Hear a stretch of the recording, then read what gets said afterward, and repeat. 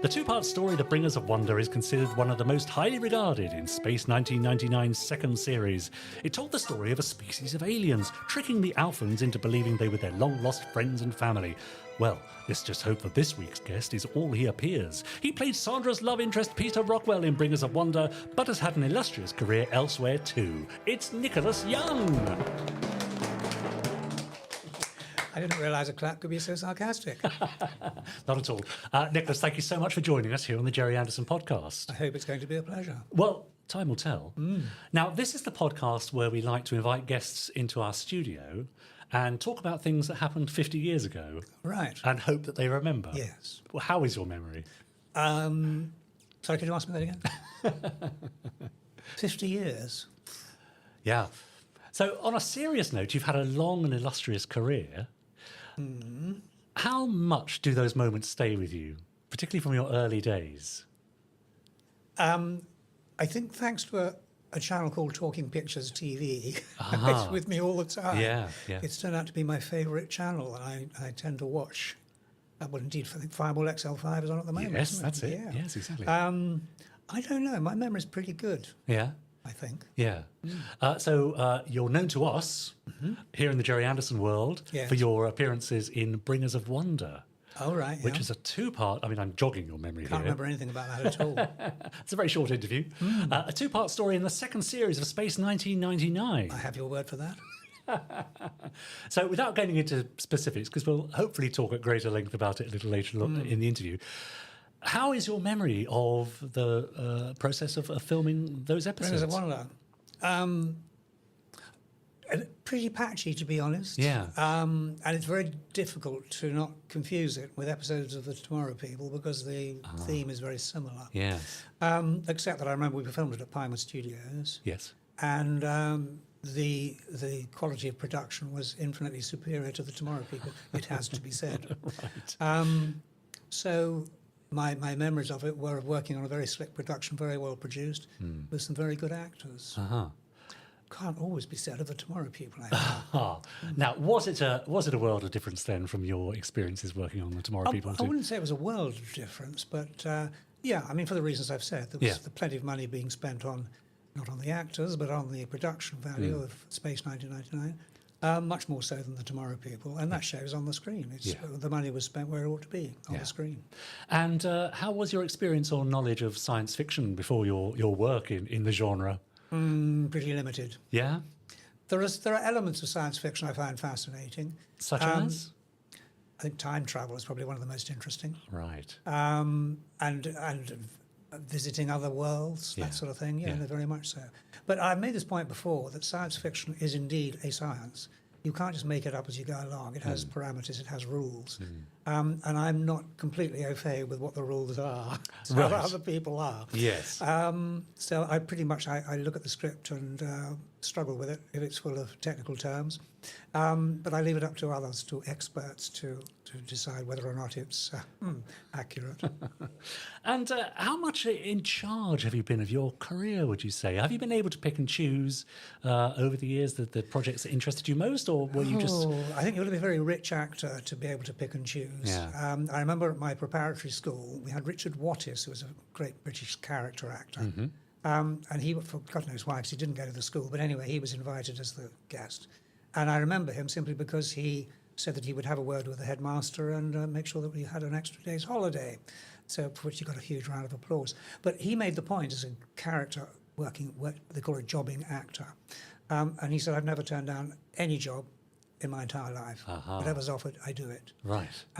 If you aspire to be a star, that's much more difficult. Sometimes you've got to turn down work that you might think is not suitable or not going to enhance your career. Yeah. But most actors, they have to do pretty much what they're offered. Yeah. Which is why you see some leading actors giving some very embarrassing performances in their younger days. Yes, but even now you see a lot of leading actors taking roles in commercials. Yeah. Well, of course, they invented the idea of the cameo Uh-huh. after, I don't know when that came about, 50s, 60s maybe, Yeah. where a leading actor could do a small but significant role in a film without looking like he was on his uppers. But prior to that, it was difficult. Yeah. You had to wait. And I know leading actors who said, I haven't worked for 6 months. You'd never believe it. Sure. But because they have to keep turning things down if it's deemed to be inappropriate. Yes. Sometimes they make terrible mistakes, of course, turn down the leading role that would have made them the next James Bond. Yes. But in my case, I was a working actor, self-sufficient, self-supporting. Didn't have a huge amount of choice, to be honest. I think most people who've been in a long-running series who decide they're going to leave and become a star, you never hear from them again. Right. One or two notable exceptions, Sarah Yeah. Lancashire perhaps. Yeah. But generally speaking, you never hear from them again, and they end up going back in the same old soaps a few years later. Yeah. Now, we'll be talking about your experience working with the Tomorrow People, of course, a little later on. Was that an example of finding yourself in that situation 3 or 4 years, I think you did in total? Is that right? What, in the Tomorrow People? Yeah. A bit more than that, I think. We started it in about April 73 and went on till 79, so about 6 years, I think. Right. Were you cognizant then of being on something of a role, or did it still feel like being Well, it's like everything else. You don't realise that you're in a trap until the doors have shut, do you? a trap, you say? I'm using that term metaphorically, of course. Yeah, yeah. I think we were all in the same trap. Roger wrote 13 episodes to tell the story of the next stage of mankind, which would have been fine if it had only been 13 episodes. But as see. it went on to 68, I think, Yeah. Tomorrow People had to come and go because the whole concept was that the next generation of youth would all be Tomorrow People. Yes. So the longer it went on, the more you came unstuck, really. I see. It doesn't sustain Hoist itself. by your own petard, I think is the expression. That's right, exactly. Now, talking of being hoisted by your own petard, we're going to play a little game with you now, Nicholas, just to try and suss out your Anderson credentials. Yes. We're going to show you very short clips of each of Gerry's episodes, in fact, the opening titles. There are 18 of them, stretching from the 1950s all the way through to the early 2000s. And I want you to shout out each one that you recognise, and we'll see how well you do. Yes. Funny enough, this was going to be my specialist subject when they asked me to do Celebrity Mastermind. But I felt I didn't really know enough about the subject, so I turned it down. Well, let's see how you So fare my today. responses here will be very much tongue-in-cheek. Okay, off we go.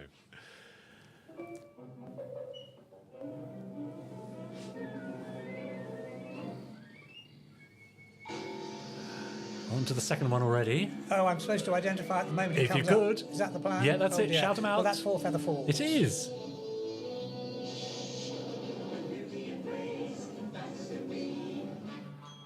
Dear. Go on. Coming at you. Oh, that's Fireball XL5. It is, yes. That is, yes. The Thunderbirds? No, No, close. the other one. This one is Thunderbirds, of International course. Rescue. International Rescue, sorry. I mean, they're coming thick and fast. They are, certainly thick. That's me.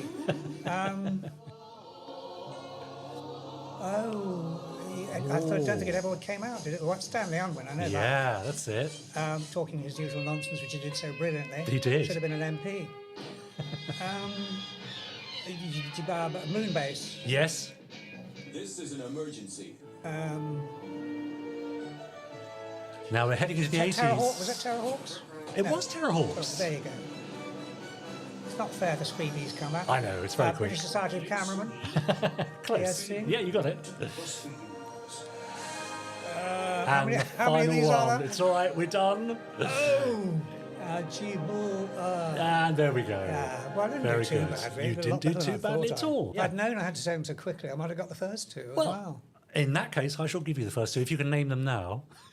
About with Twizzle, wasn't it? Yes. Yes. And then immediately afterwards. Hang on. Hmm? Didn't Four Feather Fall come immediately? There was one in between. Battery. You see, absolutely. So I'm going to give you those. So I'm going to say you had 8, which is a very respectable. Indeed. And there is your score. And is there a general knowledge round? There isn't. No. You can return from. Might have done better with that. There you go. So there's your score on your little Thunderbirds Oh, lovely. Do I stick it on the table? figure. Well, not right now, but we'll do that later for So we're all you. Knights of the Round Table, is that what it is? Exactly right. right, okay. So Nicholas, well, you did rather well there. I'm surprisingly well. Yeah. yes. There was one that really caught your attention, though, which was the Secret Service. Secret Service with Stanley Unwin. Yes. Effectively playing himself, as you But mentioned. I thought it was never came out. Oh, did it? yes. It did come out. Yes, it did, yes. It was on ITV in the 1969, I think. So, yeah. But Lou Grade's argument was we'd never sell this to the Americans because they won't understand Stanley Unwin. And Gerry responded, well, they're not supposed to. No one's supposed to understand exactly. Stanley Unwin. Notably, it was his first sort of foray into live action. Was it? But there was super marionation elements as well. So we had the marionettes for close-ups Interaction. and actual Stanley Unwin for action sequences. And There's a long good shots. advert on, or a good short film on Talking Pictures of Stanley Unwin as a tyre manufacturer. Ah, yes. Somebody's tyres burst and they unfortunately get Stanley Unwin who's trying to help them. And of course, they don't realise for about 2 minutes he's talking utter rubbish. I used to love him. It was brilliant. Yes, a lot there that you recognise from the earlier days, the black and white days in particular. Yep. Are these sort of particular memories you have as a child of watching Gerry Anderson shows? I often wonder whether black and white is of any significance because I seem to remember that most of what Gerry Anderson did was black and white. But in the memory, I don't think many people think in memories in black and white. Ah, yes. So you put your own colour into it. Interesting. I seem to think of Twizzle as being bright yellow, bright red. Right. Was he? I don't know. Because it was made in black and white, wasn't Made it? in black and white, Yeah, yeah. Now, whether there was a toy or a comic I'm sure strip there was. that you may remember seeing. But I don't think we think in black and white. I know a lot of people dream in black and white. I tend to dream in HD and widescreen colour. Yes. Are you 4K ready? Stereophonic, mostly stereophonic. Sorry, not stereophonic, I mean stereoscopic. 3D. I see. Yeah, good. Yeah. So take us back then to young Nicholas Young. Did you have a TV as a child, as a family? What was the setup there? We bought our first television when ITV first came out. Right. Associated Rediffusion, as it was. yeah. London and ABC in the north, I think. No, we held back to actually buy a television set, as they were called in those days. When ITV came in, was it 1955? I think it was. right. Thereabouts, I before see. 55. Yeah. A friend of ours had one for the coronation, which was a bit of a joke. It was a 14-inch screen, so the size of a laptop, Yeah. with the two families huddled around it trying to see a grainy black and white 405 line. But nonetheless, it did inspire people. But the BBC's output was pretty damn dull, to be honest. So Right. In what way? I think it was pseudo-intellectual. Okay. It was trying to educate, emphasis on education rather than informing, entertaining. Yeah. So Yeah.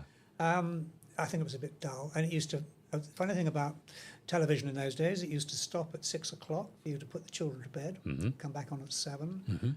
It finished about 10:30 or 11, and the last programme was always, the epilogue was a religious programme to go to bed with. Yes. So, and then you've got a white dot, which you could carry on watching for a while if you liked, till the noise that was supposed to remind you to switch it off. Yeah.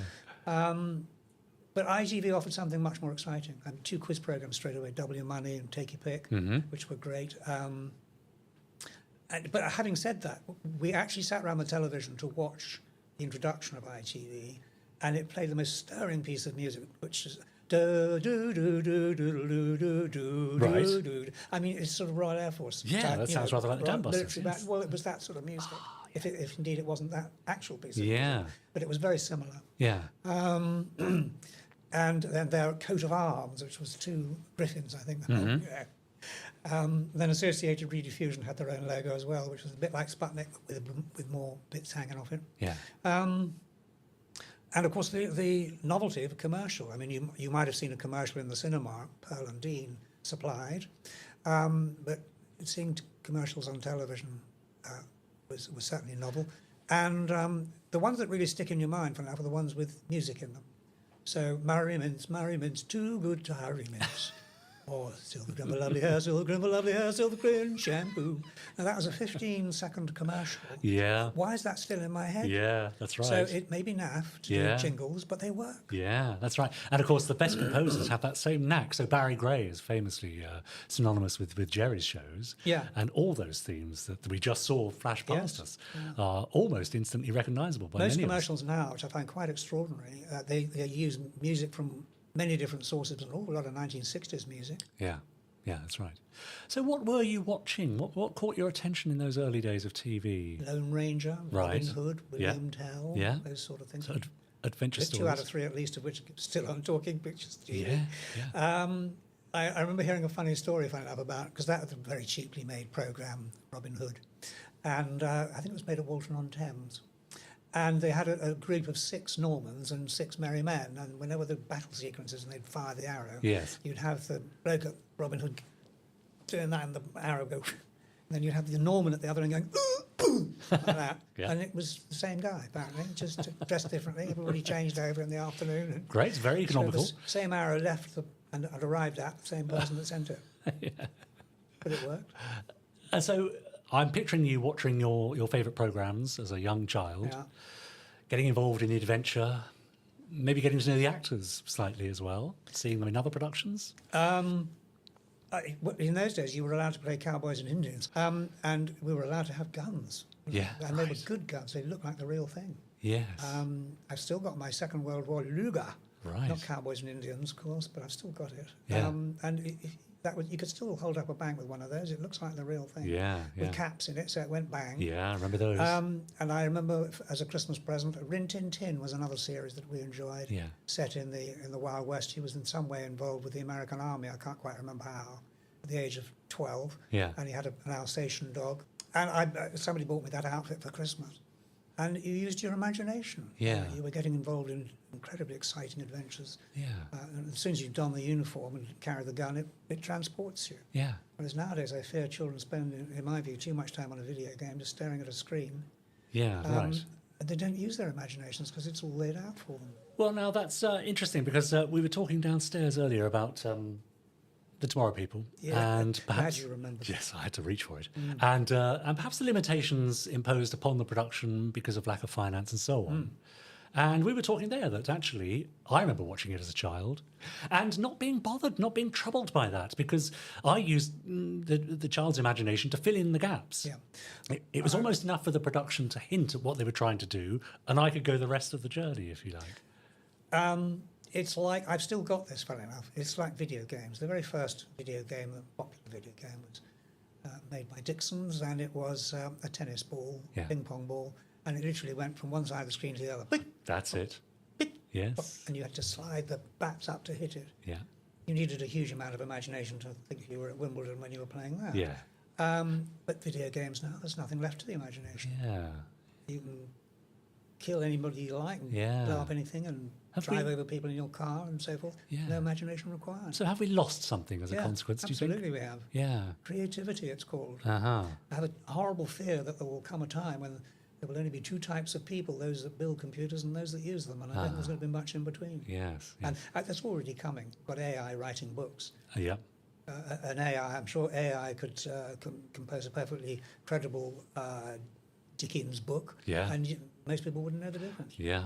There we go. Having subject matter that would never have occurred to Charlie Boy himself. Yeah. Yeah. So talking of early memories, Yes. we're going to take a look at one of your first Anderson memories. So one of the very first shows you remember watching as a child. So take a look at this brief clip and we'll have a chat about it afterwards.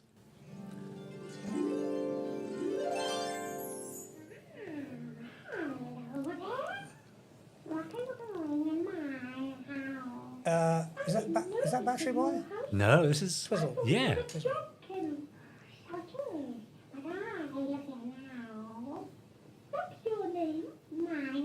I think the acting is a little bit less wooden than the Tomorrow People. Actually, it's really quite good. That's why I'm called Kessler. What's your name? I'm Twizzle, and I run away from a toy shop. And I ran away from the house where I live because the children are always laughing at my big paws. Husband, we both run away, and we both met each other. We have to be friends and stay together all the time. That's a good idea. I've been very lonely myself. Oh, there. Sweet. From Twizzle. You asked me what I used to watch as a very young child. The first thing actually was the Wooden Tops. Right. I think that came out on Fridays Yeah, okay. once a week. Yeah. That's something I used to look at. And then, of course, Bill and Ben. Right. Yes. Both of which, not a million miles removed No, from not at all. That's what from suddenly Twizzle. reminded me when I saw that. That's right. Yeah. it's good. Yeah. They were good. Good Yes. things, Is voice work something you've pursued or enjoyed in your career? yeah. Well, I did a load of Tomorrow People CDs Yeah. in the 2000s. I think I made about 20 of those. Yeah. I thoroughly enjoy them because you don't have to bother to learn the lines. You can just read it off the script. Ah, there you go. Voiceovers, I didn't really have the sort of Rich Donald syndrome type tunes that in those days you Yeah. needed. So I think I've always been in between the two, really. I didn't have the dulcet tones in the 50s. And I don't really don't talk properly, sort of appropriate, like, for sort of voiceovers they do nowadays. I mean, that sounds pretty convincing to That's me. right, yeah. Yeah. So let's go back. Was there a moment, perhaps when you were watching these TV series or later on at school, where a light bulb came on and you decided to be an actor, or was it a much more slower accretion of experiences? word. What does it It's good. mean? I've no idea, but I just thought I'd throw it in. Accretion? Yeah, accretion. Is somebody from Crete? No. Was there accretion who inspired you to become an No, I actor? don't think so. No, it's all Greek to me anyway. No, what happened? The only thing I was remotely interested in was the Air Force. I don't know why. Yeah. I don't know that I'd have made a particularly good pilot in the end. Yeah. I was coming to the end of my time at prep school, so I'd have been about 12 or 13. And then acting, I went to go and see The Prince and the Pauper, which was a Walt Disney film. It was on at Studio One, Oxford Circus. It was a Disney cinema. It's where they showed Disney releases. And I was fascinated by it. And it was only on for 2 more days. So I went back and I watched it, I think, 4 times in total.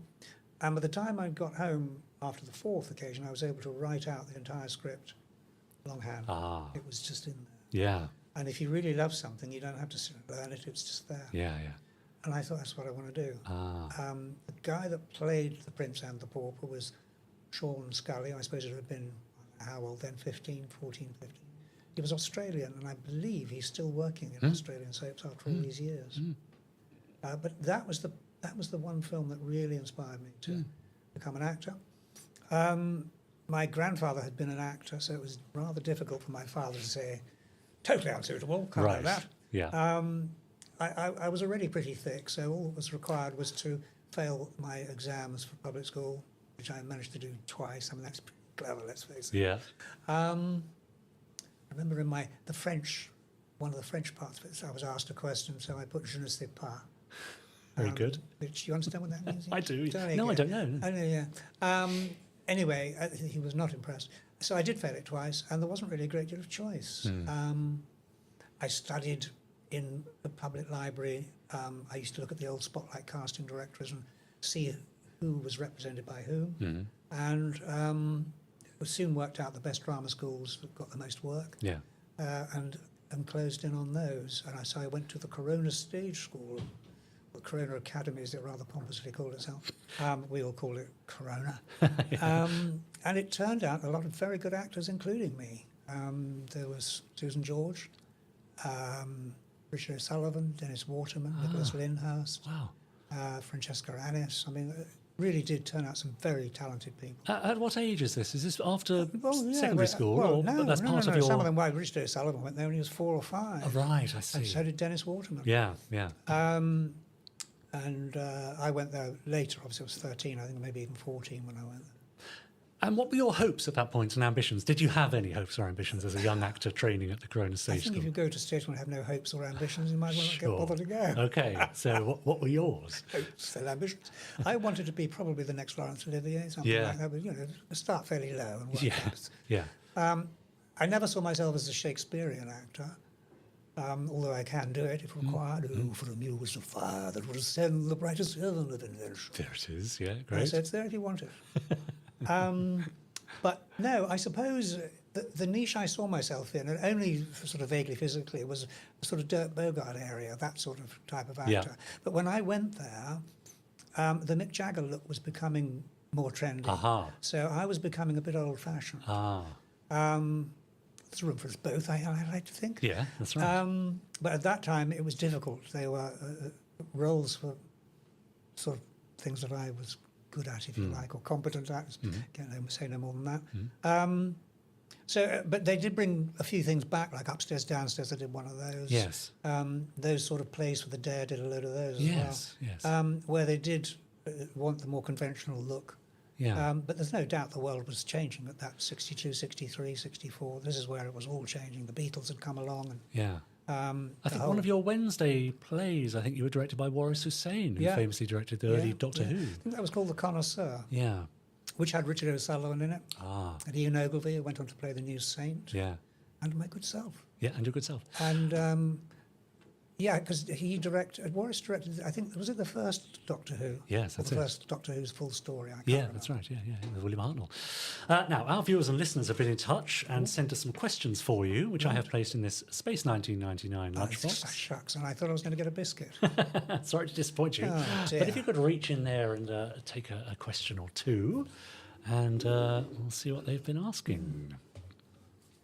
Go for a short one, shall we? All right, to start with, yeah. There are plenty more.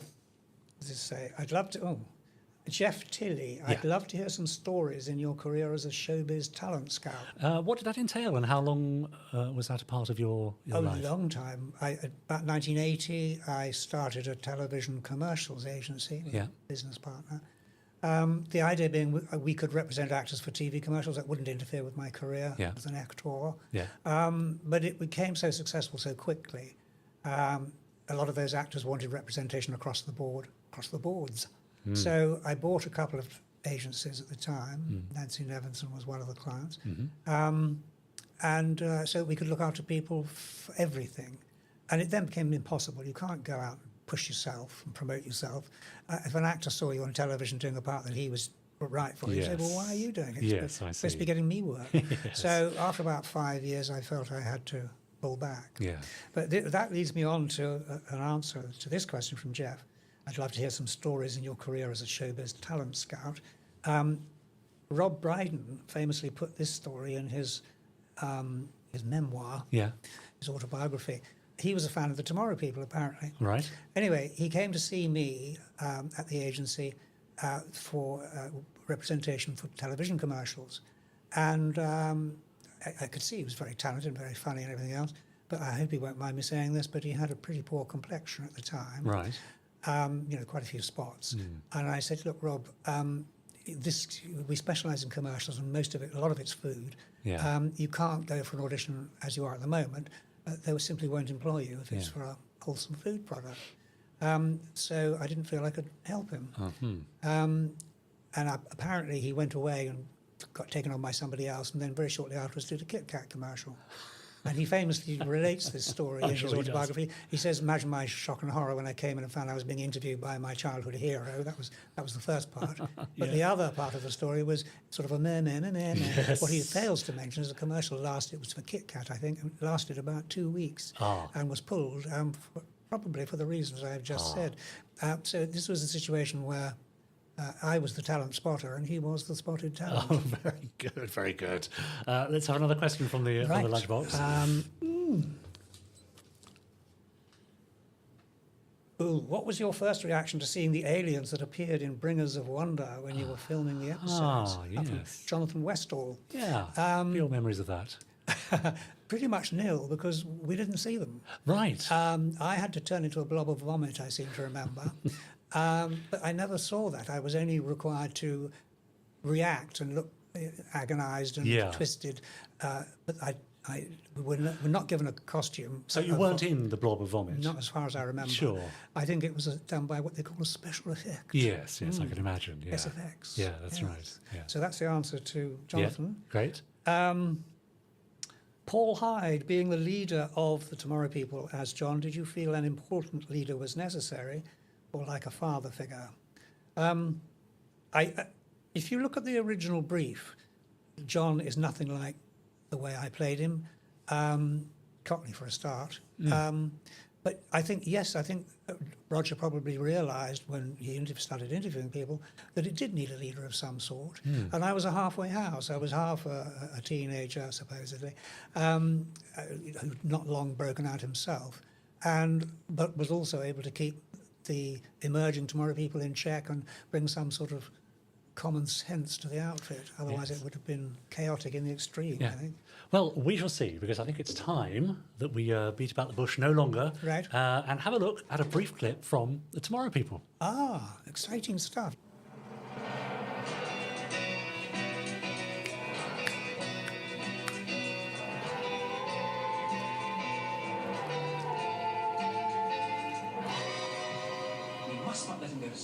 Why not? It'd give him a bit of a rest, wouldn't it? Now, don't you realise?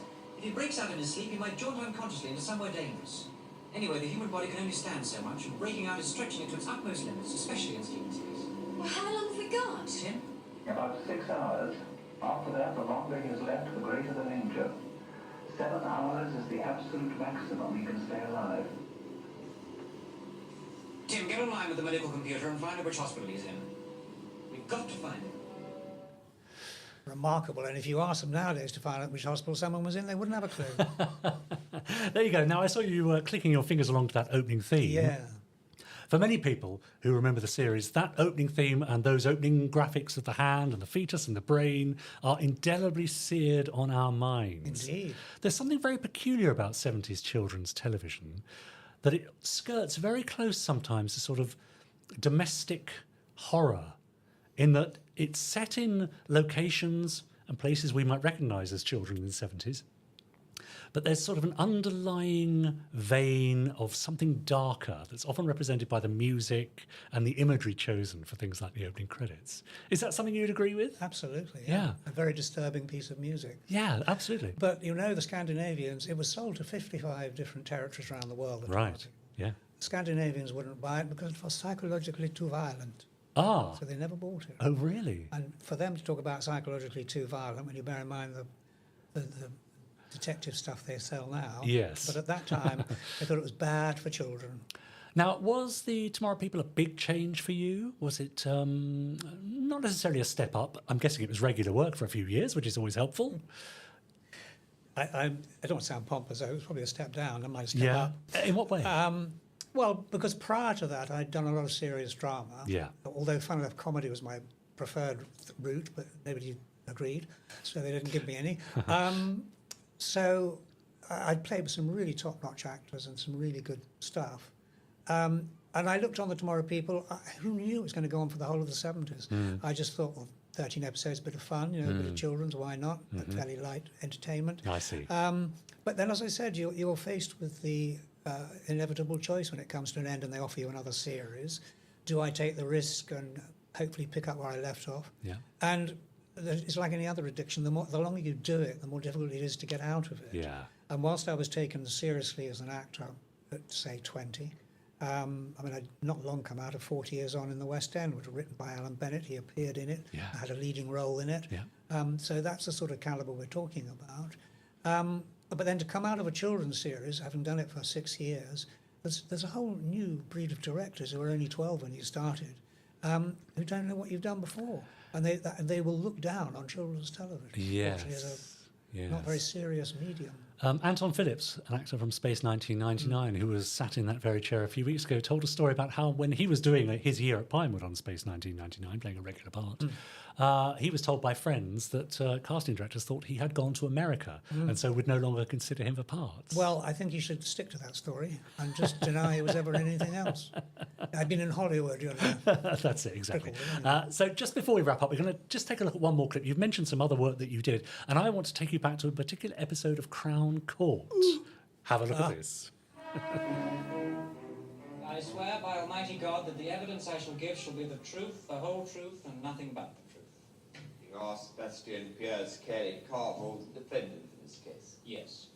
Now, Lord Carville, can we please get straight to the heart of this matter? Will you tell the court, in your own words, about your abduction?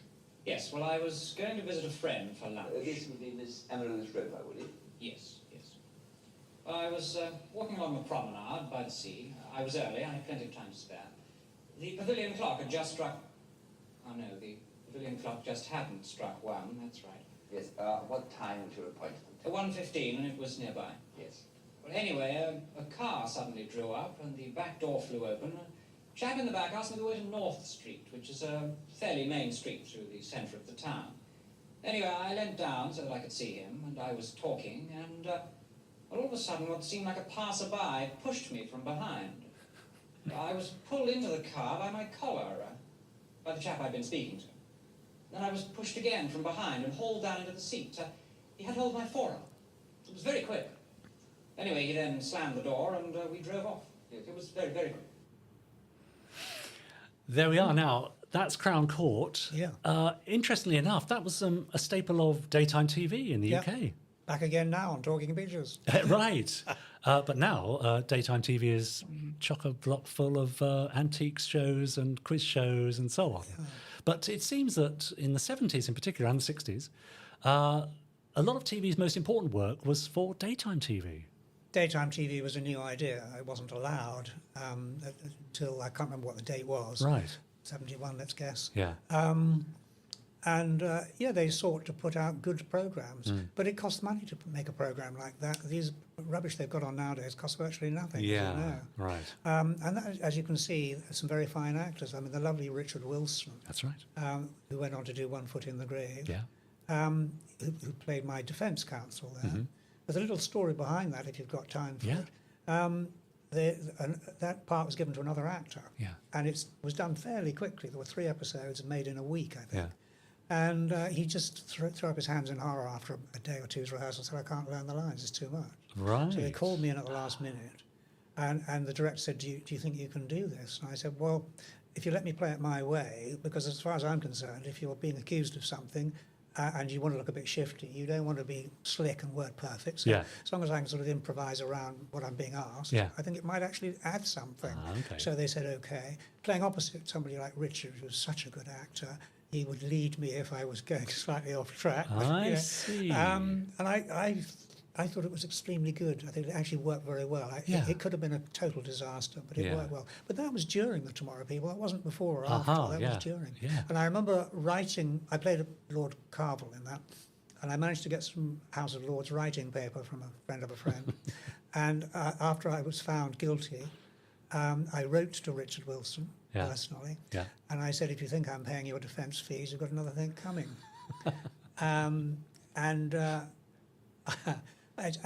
He then wrote back to me and said, I've got a number of friends who I have defended in the past who are currently in Wandsworth Prison. Would you like me to introduce them to you? Right, okay, yes, get the picture. Great fun. Yeah.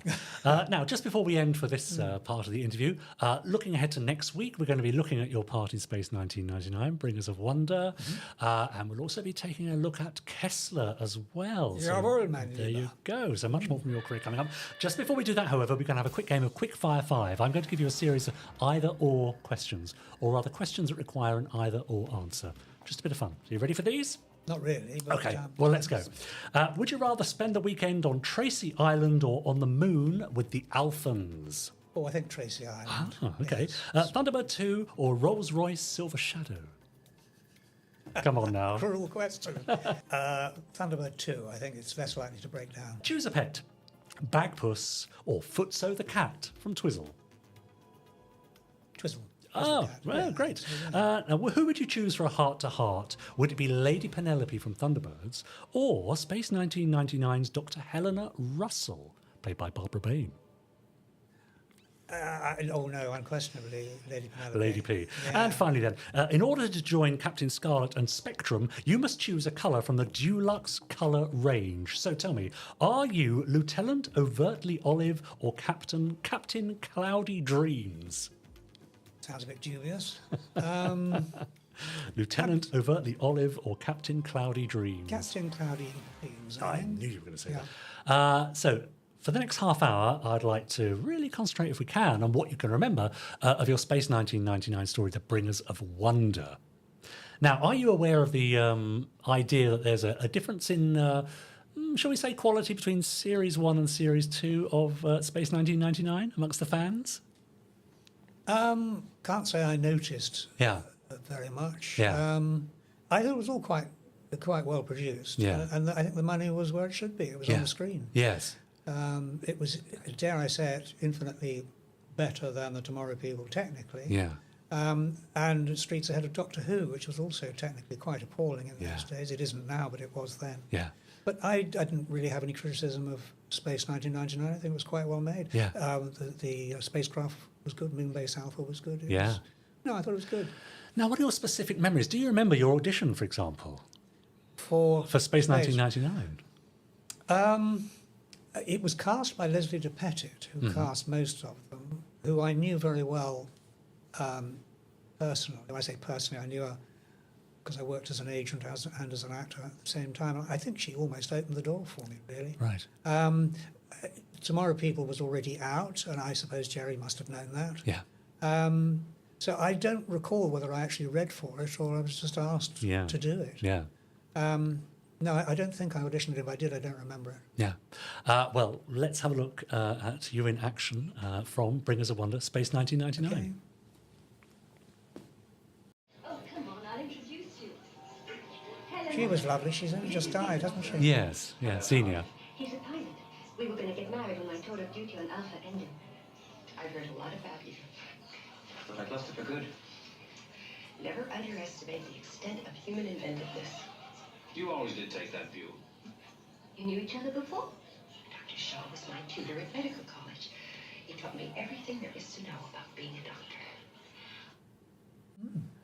And there we What a are. lovely couple we make. You make an absolutely delightful couple. How sweet to be Xenia Merton's love interest. She was for, lovely. Yeah, She for was that lovely. story, yeah. And do you have specific memories of filming? I think each episode was filmed over 2 weeks, so I'm guessing you were needed days here and there. Intermittently, Yeah. Called back as and when. Yeah. Wasn't there every day. Yeah, at Pinewood Studios. Yeah, that's right. I see. This is why I say I don't remember being interviewed by Gerry, because I did see him in the car park. Funnily enough. Ah, And he had exactly the same car then that I still own, oh right. which was I think his was a '67 or a '68 Yeah. Silver Shadow Rolls Royce. I see. I see. Yeah. And do you remember much of the camaraderie on set? I mean, the whole idea of the story is that the aliens are fooling the moon-based Alphans that they are lost friends Yeah. and family from Earth. And there are those wonderful scenes where they're all meeting up in the mission control, which seem full of joy and spontaneity. Is that how you remember it? Yeah, we all got on very well. I mean, the danger of coming into somebody else's program is that you feel excluded. Yeah. Sometimes they make it deliberately so, Right. and others are very welcoming. Yeah. And I found everybody on that very welcoming. Yeah. Comfortable straight away. And scenes with Barbara Bain and Martin Landau. Yeah, So were you well- starstruck at all, or did that not enter your You head? know what? I mean, it sounds a bit arrogant, but I've never been starstruck. Yeah. If you're working with good actors, they don't try and big time you. They don't try and make you feel uncomfortable or Yeah. awkward. Most good actors are. We're all in the same business. We have Yeah. good times, we have bad times. Sometimes we work a lot. Sometimes we don't work at all. Yeah. That's one of the things I've loved about the business is the camaraderie. Ah, right. A company player, would you say you are? You mean as an actor? Yeah. Yeah, that's fine. Yeah. I don't think anybody could accuse me of being big time, do you? Well, I wasn't going to say anything. Yeah, Now, let's go back to the world of Gerry Anderson. And in our very brief email exchange before you came to join us, I asked you to tell me one of your favourite Anderson moments or characters or scenes. And this is what you chose. Have a look at this.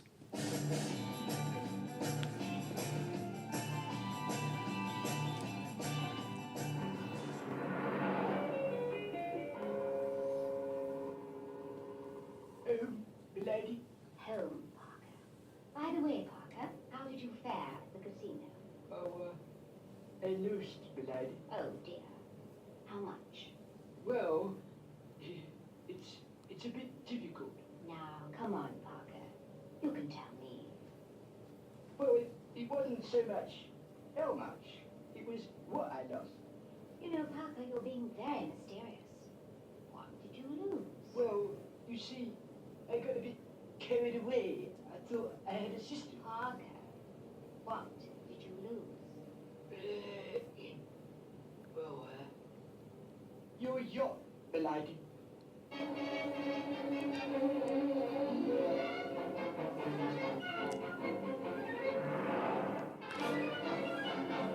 Oh, Parker.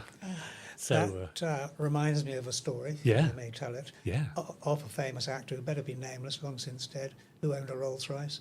And he told me that he always used to carry a chauffeur's cap on the seat. I said, why on earth did you do that? He said, well, whenever I had one too many to drink, I would put the chauffeur cap on the principle that the police would never stop a chauffeur driving a Rolls Royce. right. Apparently the ruse worked. Oh, gosh. Disgraceful story. I'd only encourage anybody to do it, but there you are. So you chose Lady Penelope and Parker, and I picked that scene to illustrate. What was it about their relationship or dynamic that particularly tickled your fancy? The voice of Parker was an absolute joy. That sort Yeah. of pompous Yeah. Cockney trying to sound a bit posh. Yeah. Lady Penelope so elegant. Of course, it was Sylvia Anderson herself, wasn't it? Indeed, The voice, yeah. that's right. And of course, the beautiful car, Yeah. a real live version of which I saw at the Sci-Fi Centre in Leicester one year. Yes, I right. don't think it was actually a Rolls, but never mind. Yeah. So, no, I think it was the mix of the whole thing. It was beautifully played, Yeah, well acted, Yeah. nicely photographed. yeah, The famous prop Fab 1, yeah. with the number plate FAB1, Mm-hmm. which is another interest of mine. as Yes, you we'll know. talk about that shortly, yes.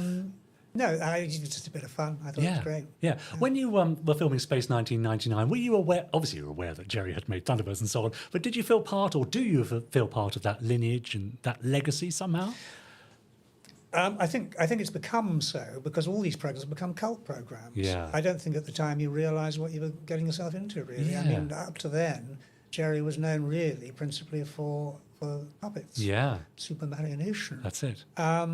So this was a relatively new idea. I think I probably, by the time I'd reached that age, probably preferred the live action ones to the puppets because that's more something that amuses you as a child, I think. But you don't realise that you're going to be part of something great until it's too late. You wake up and it's happened. Yes, well, we often say on the podcast, Jamie and I, that of course they made these programmes, Space 1999 included, to be seen once. Yes. There was no absolutely. idea that they would be repeated or Blu-ray, DVD and so There on. were, of course, if you had a video recorder, which I did. But I was a very rare animal. Has it surprised you, the longevity of both the Tomorrow People and things like Space 1999? I know you're not a mainstay, but certainly a regular on the convention circuit. Does it surprise you that people have... No, because your childhood, I mean, I know it's corny to say this, school days are the best years of your life and all that, yeah. but as a child, generally speaking, everything's taken care of by others. Yeah. You don't have the same sort of worries and anxieties you do as an adult. Yeah. People feel, on the whole, fairly cosy about it. I know obviously a lot of people had an unhappy childhood. Yeah. That's probably the period in our lives when we look back to and think that things were safe then, things were okay then. But what reminds you of that more than anything? Childhood television. Yeah. Before TV, it might have been a radio program, and before that, it might have been your favourite book. Yeah. You could immerse yourself in maybe one of the famous 5 or Yeah. Secret 7 or whatever. Yeah. But I think that's the trick to it.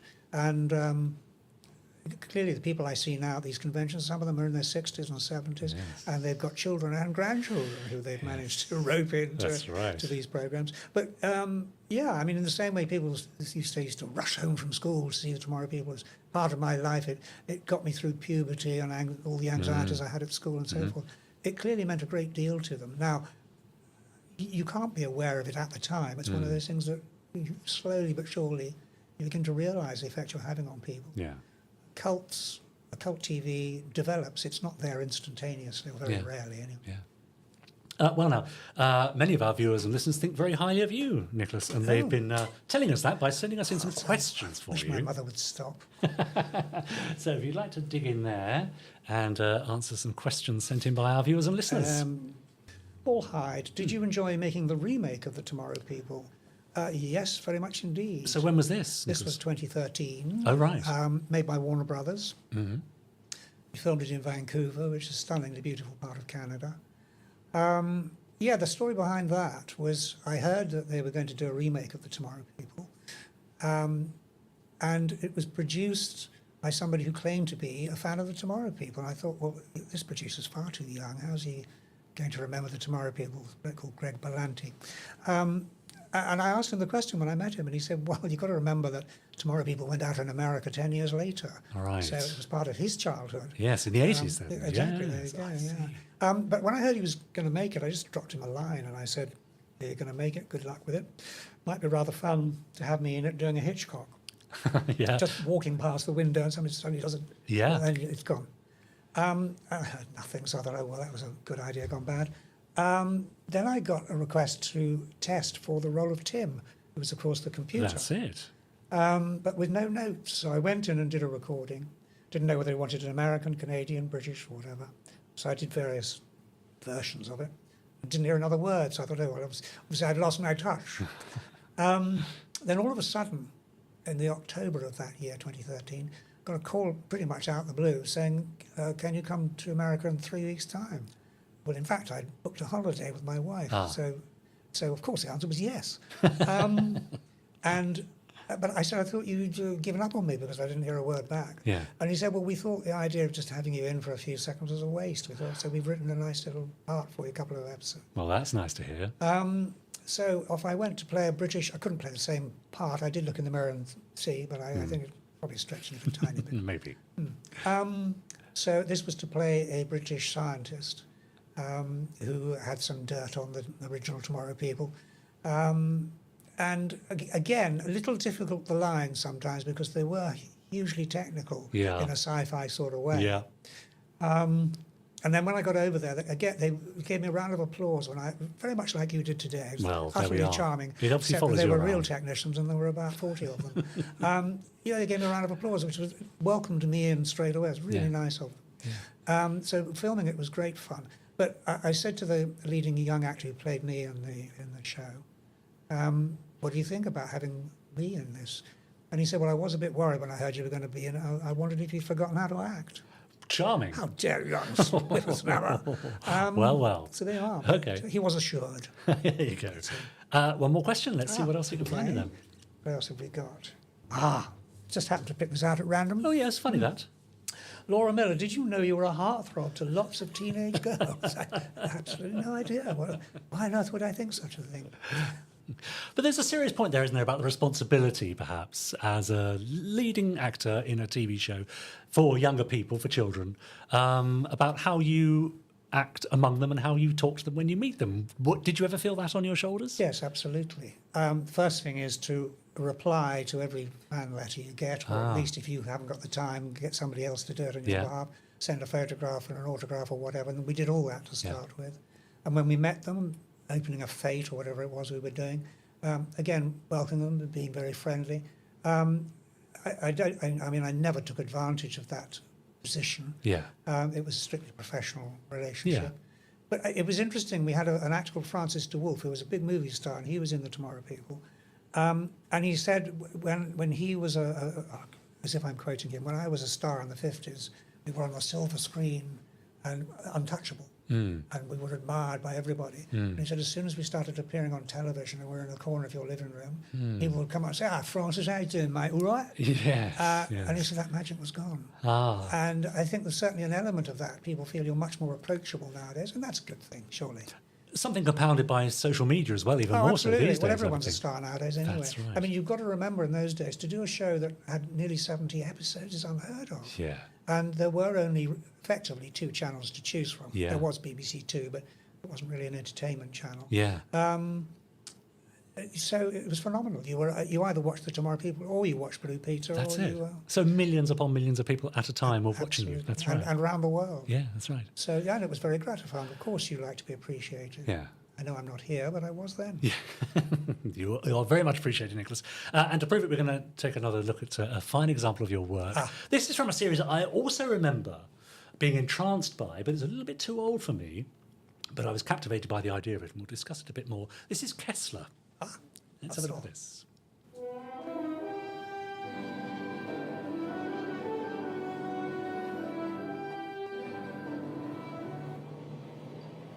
Yes, I remember shooting this in Russell Square. Aha. My father's taking money with him. This time it's different. He went to the bank in Zurich. So that's what he needed the messenger for. I think he's transferring money from his own account. Possibly his last personal contribution to the organisation. I think he means to leave Germany for good. What about the house and the factory? Well, there was a time I assumed he'd leave that to me. I know it isn't the case now. Oh, he will have provided for me very adequately. I know that he loves me. There's something he loves more. Something he's waiting for and living for. Well, it won't come through those old fools in South America. I'm frightened that it won't come at all. I think he went to Zurich himself because he was to move a very great deal of money that no one else could. You mean the party funds that have been there since the end of the war? Be billions by now. You say shot at Russell Square? Well, no, the exterior. I was going to say. I mean, that's the thing. The difference between something like Space 1999, which is all done on film, and it's seamless. Yeah. I used to find this horribly unacceptable on the Tomorrow People and every other TV drama. You'd shoot the studio stuff on videotape, and then you'd go through a door and suddenly you were on 16mm grainy shot film outside. Yeah. So the exteriors were shot outside the Russell Hotel in I Russell see, Square, gotcha. and then cut. And once you're inside, of course, that's BBC Studios White City. I think it was filmed. 6 episodes, is that right? Yeah. Yeah. Telling the story, I remember Clifford Rose playing Kessler. Yes. As a Nazi officer. Yes. Effectively on the run, who had escaped and was. Not quite. He was. He disappeared after the war. Yeah. He was in the Schutzstaffel, the Yeah. SS. And he'd become a German industrialist under a different name. Yeah. And but he was part of this group of retired Nazis, if they ever retire, who'd gone to live in South America. Yeah. And they were all dreaming of the day when Nazis were going to take over Germany again. That's it. I mean, plausible then, because it was 1980. Exactly right. And a lot of them were still alive, aging, but still alive. Yeah, yeah. So that was the loose plot, and I was his right-hand man. Yeah. The trouble with that one was that, again, I was brought in at the last minute. This is the story of my life. Well, I mean, we were hoping to have... yes, I know. He couldn't make it. I made sure of it. So we didn't discuss the accent. Right, Clifford Rose doesn't do a German accent, No. but he has a brilliant speech rhythm, which makes you think he does. We were doing the pre-filming down at Brentford Dock, I think it was, where I kicked the Jewish girl in the drink. Yeah. And that was the very first time I'd met any of them. Right. And there was no table read, there was no discussion on how we were going to play it. So I was doing the soft German accent. Mm-hmm. Then when we got to the rehearsals and the reading of the read-through, I suddenly realised that nobody else was doing a German accent.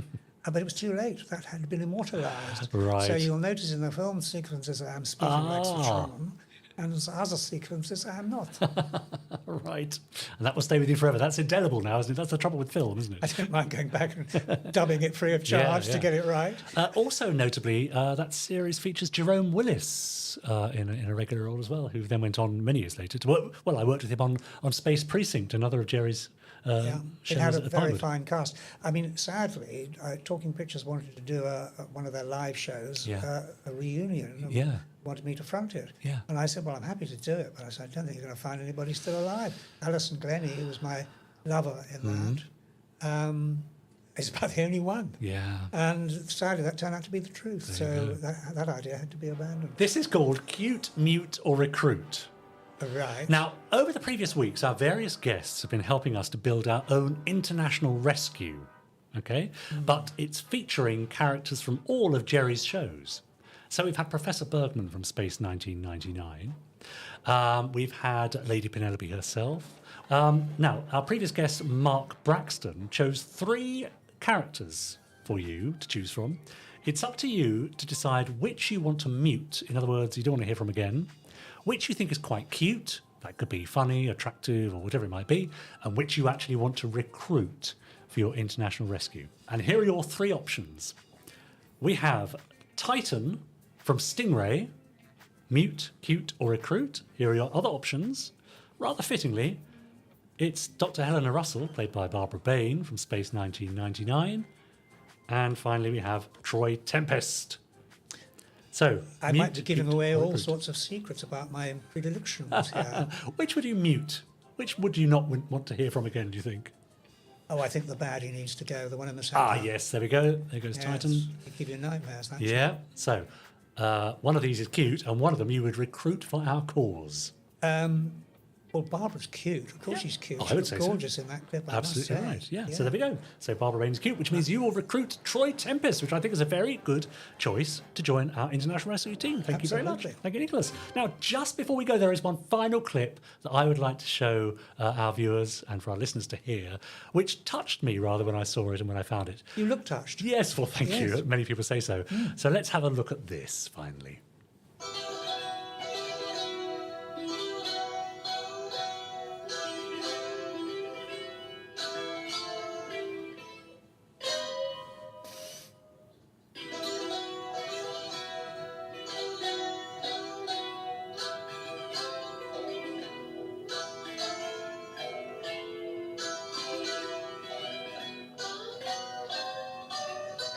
That's got to be worth a round of applause. Surely. Come on then. There's not many of us in the room. The reason why that touched me so much is because, from my point of view, it sort of demonstrates a sense of ownership of your part of your legacy as an actor in The Tomorrow People, which some actors find difficult or would shy away from. And yet you seem to enjoy that, or at least you've accepted it. Is that the case? Yeah, I think accepted is a good way of putting it. Funnily enough, that piece of music, years ago, I thought I really must learn how to work that one out. And I thought it's not suitable. It's too complex. Yes. It's radiophonic workshop type. Well, of course, it was Dudley Simpson. And then my partner in that, who was teaching my son to play the guitar, he had worked out an acoustic version of it on the guitar. And I said to him, that sounds really good. Why don't we have a go at doing the electronic version? Yeah. So we sat down, and it didn't take us too long to work it out, and came up with that result. And I'm actually quite proud of it. Yeah, it's lovely. It was great fun. Yeah. But why not embrace it? It was so many people's childhood. It made a lot of people very happy. It may well have disturbed a few and driven them around the bend. I don't know. Absolutely. It was so many people's childhood. It was a major part of my life. It's no point pretending it wasn't. Yeah. Was it the swan song of my career? Very nearly. But there were all sorts of reasons why I didn't carry on being an actor. And as you know, I'm still available, provided, provide the fee is right. For a fish finger sandwich, yeah. Well, there you go, yes. And a packet of crisps. Yeah. I always say old actors never die, their paths just get smaller. No, I mean, I love acting, but that said, you've got to realise that the world's moved on, you're not right for the roles that are around, you haven't matured sufficiently, you're not masculine enough, or whatever they're looking for at the time. There's no good beating yourself over the head about it. You just have to accept the way it is. Now, finally, Nick, it would be remiss of me to let you go without at least mentioning your book, which we were speaking about earlier, which is of a specific and particular interest. So I'll give you 30 seconds to tell us about it and where we can find it. Right, it's called Car Number Classics. It covers the first 10 or 11 owners of every registration number issued in England and Wales as of the 1st of January 1904, when compulsory vehicle registration came into force. It also includes quite a few Irish and quite a few Scottish. It's got biographies, as I say, of probably 1,000 biographies of the movers and shakers of the day, and it also covers motorcycles, so there's an awful lot of people from other backgrounds and walks of life. There are some fascinating stories in there. It covers every aspect. Tinker, tailor, soldier. Yes. Rich man, poor man, beggar man, thief, a whole lot are in there. It's a fascinating book. And can be found? eBay's probably the easiest, right. But if you want to go to carnumberclassics.com, give you all the details there, how to buy it, right. Where to get it from. And if Christmas is coming shortly... It is. And if this program is being repeated in 2036 and Christmas is coming, there's probably a few left in the garage, so why don't you get one? There you go. Nicholas, it's been a personal pleasure to welcome you to the Gerry Anderson Podcast as one of my childhood heroes. So it's been so nice to meet you, and thank you for joining us. Thank you. It's Nicholas Young, everybody.